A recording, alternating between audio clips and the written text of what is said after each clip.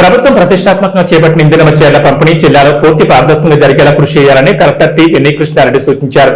ఇంధన చీరల పంపిణీ కార్యక్రమాన్ని ప్రారంభించిన అనంతరం ముఖ్యమంత్రి రేవంత్ రెడ్డి మంత్రులతో కలిసి సచివాలయం నుంచి వీడియో కాన్ఫరెన్స్ ద్వారా అన్ని జిల్లాల కలెక్టర్లు మహిళా సమాఖ్య ప్రతినిధులతో సమావేశం నిర్వహించారు. ఈ సందర్భంగా సమీకృత జిల్లా కార్యాలయాల సముదాయం నుండి బీసీలో పాల్గొన్న సమాఖ్య ప్రతినిధులకు కలెక్టర్ టి ఎన్ని కృష్ణారెడ్డి పలు సూచనలు చేశారు. ప్రభుత్వ ఆదేశాల మేరకు జిల్లాలో మహిళల ఉన్నతి తెలంగాణ ప్రగతి కార్యక్రమం పేరుతో ఇంధన చీరల పంపిణీకి చర్యలు తీసుకున్నామని అన్నారు.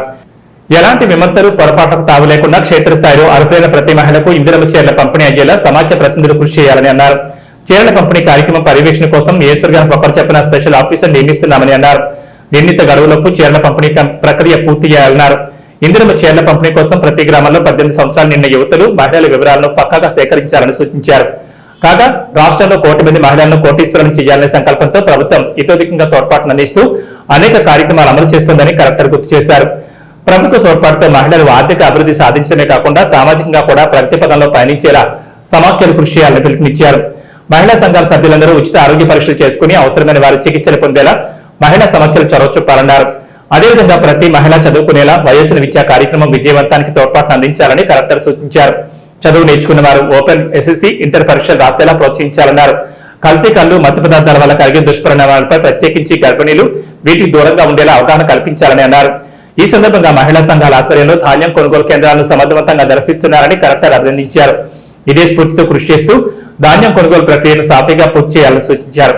ఈ సమావేశంలో అదనపు collector Ankit, trainee collector Caroline Chingthian Mawi, DRTO Sayagoud, DPO Srinivasarao, municipal కమిషనర్లు, మహిళా సమాఖ్య ప్రతినిధులు పాల్గొన్నారు.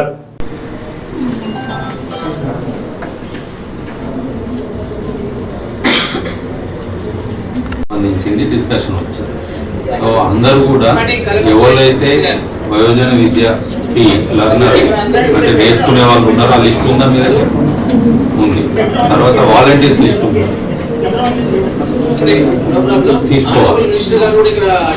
వాలంటీర్స్ అంటే చెప్పేటోళ్ళు, లర్నర్స్ అంటే నేర్చుకునేటోళ్ళు. ఆ లిస్టులు ఫైనల్ అయ్యాయి. వాళ్ళకి ట్రైనింగ్ ఇస్తున్నాం. వాలంటీర్స్ వాళ్ళకి నేర్పించి వాళ్ళకి పుస్తకాలు ఇస్తాము. వాళ్ళు ఒక్కొక్కరు 10 మందికి చేస్తారు.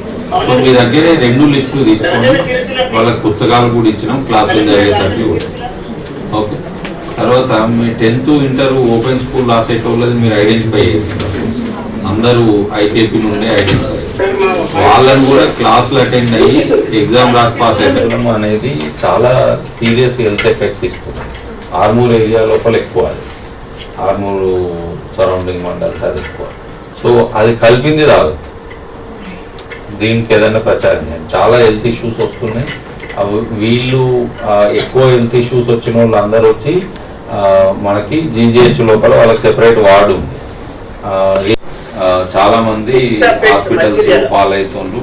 డబ్బులు ఖర్చే కాదు, వాళ్ళ బిహేవియర్ కూడా మారిపోతుంది. చాలా ఇష్యూస్ వస్తాయి. ఇట్లా మీరే కొన్ని విషయాలు అనుకోండి. జిల్లా సమాఖ్యలో అన్ని చేయడం ఒకటే రోజు సాధ్యం కాదు. ఏదైనా ఒక్కొక్కటి ఎజెండాగా తీసుకొని 1 నెల దాని మీద డ్రైవ్ చేయండి.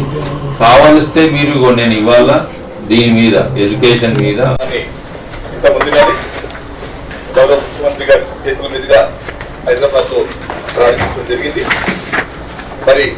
ప్రోగ్రామ్ షెడ్యూల్ వారీగా మన జిల్లాలో పంపిణీ కార్యక్రమం చేసుకోవాలి. మనం ఫస్ట్ ఫేజ్ గా మనకి రూరల్ ప్రాంతంలో 65 lakhs చీరలు అక్కడ పంపడం జరిగింది. 83% ఆల్రెడీ గోడౌన్స్ లో ఉన్నాయి. 109 గోడౌన్స్ లో ప్రింటింగ్ చేసి ప్యాకింగ్ చేసి జిల్లా స్థాయిలో ఉన్నటువంటి గోడౌన్స్ కి సప్లై చేయడం జరిగింది.